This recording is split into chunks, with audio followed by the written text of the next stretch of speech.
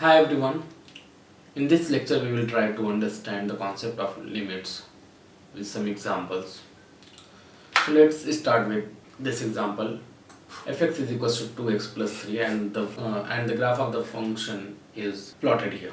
So let's try to investigate that what happens to the function when x tends to 2.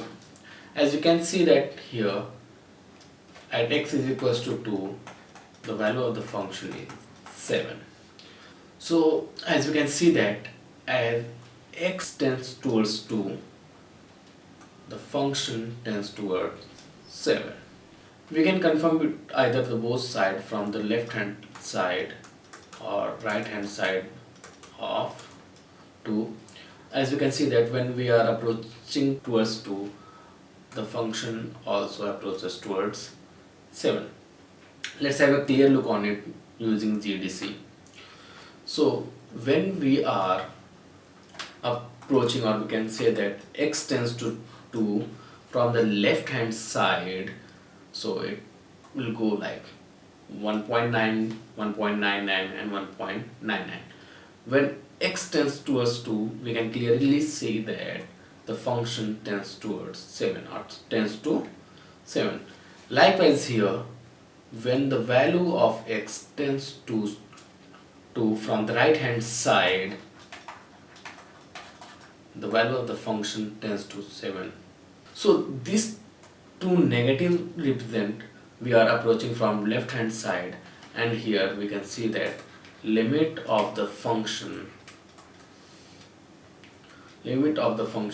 as x approaches to 2 negative means from the left hand side the limit is 7.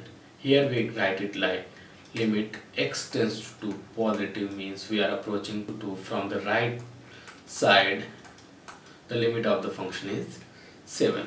So when we approach from left hand side, the limit is said to be left hand limit, and when we approach from right hand side, we say that this is right hand limits. When these two left hand limit and right hand limits are equal, we can say that the limit of the function exists. Here both left hand limit and right hand limit are equals to 7. We can say that limit of the function when x tends to 2 is 7. We have already discussed that the left column here we have approached from the left hand side, so it is known as left hand limit, and when we approach from the right side it is known as right hand limit, and both these two limits are said to be side limits. If the side limits are equal, then it is said to be limit of the function exists for some x tends to a, or for some value of x is equals to a. So in this example, when x approaches to 2, the limit of the function is 7, which is equals to the value of the function at x is equals to 2, or we can say that f2. Likewise, when x tends towards 3, the limit of the function is 9, which is actually equals to 3. So in this case, the limit of the function at x is equals to some point a, or we can say that here we have 2 is equals to f2.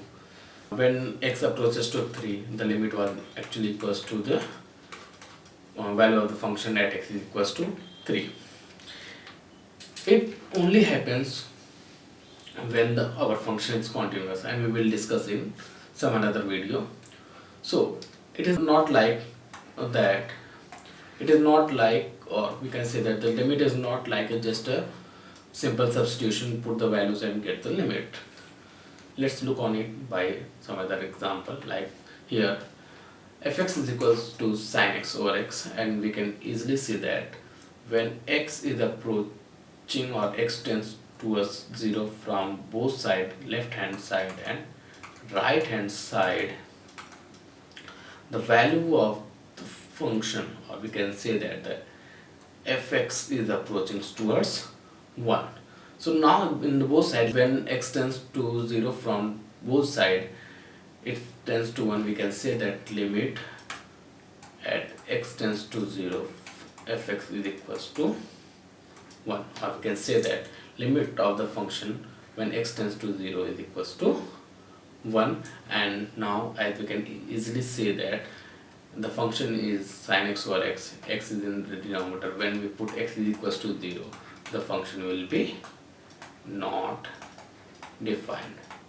So here we can easily see that the limit is not just a mere substitution, we can also confirm it by the GDC.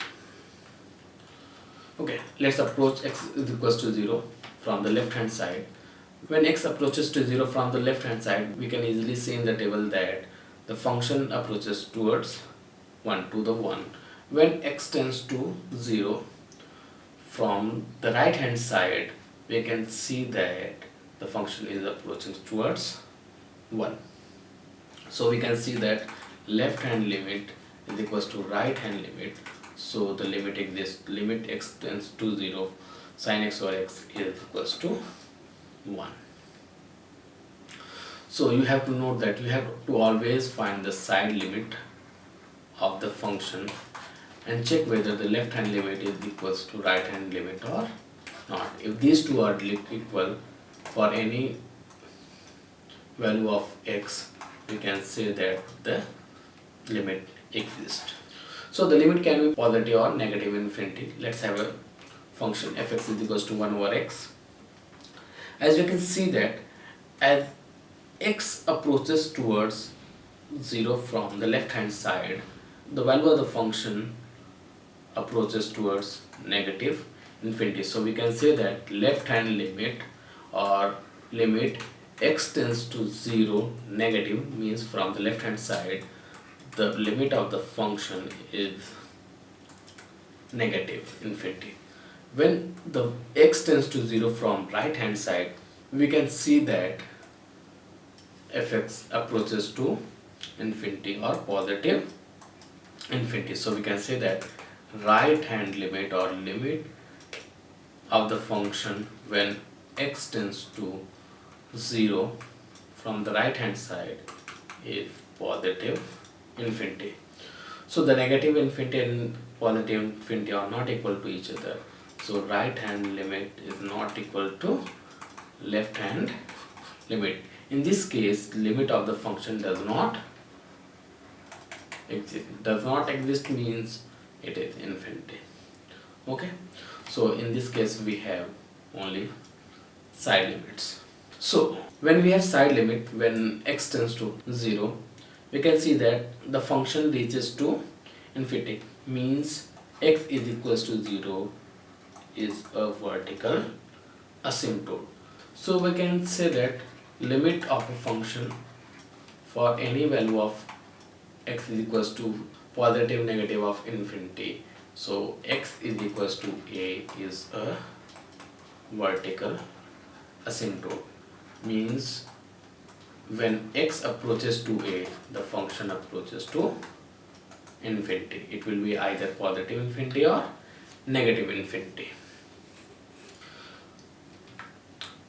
The second one is that for any function limit x tends to infinity equals to a means for any function when x reaches to infinity, the value of the function reaches to a, then we can say that y is equals to a is a horizontal asymptote. Here in this example, fx is equals to x minus 3 over x minus 2, we can easily see that when x reaches towards positive infinity, the function reaches towards y is equals to 1. Likewise, when x reaches towards negative infinity, the function reaches towards 1. So we can say that y is equals to 1 is a horizontal asymptote means the function will never get 1.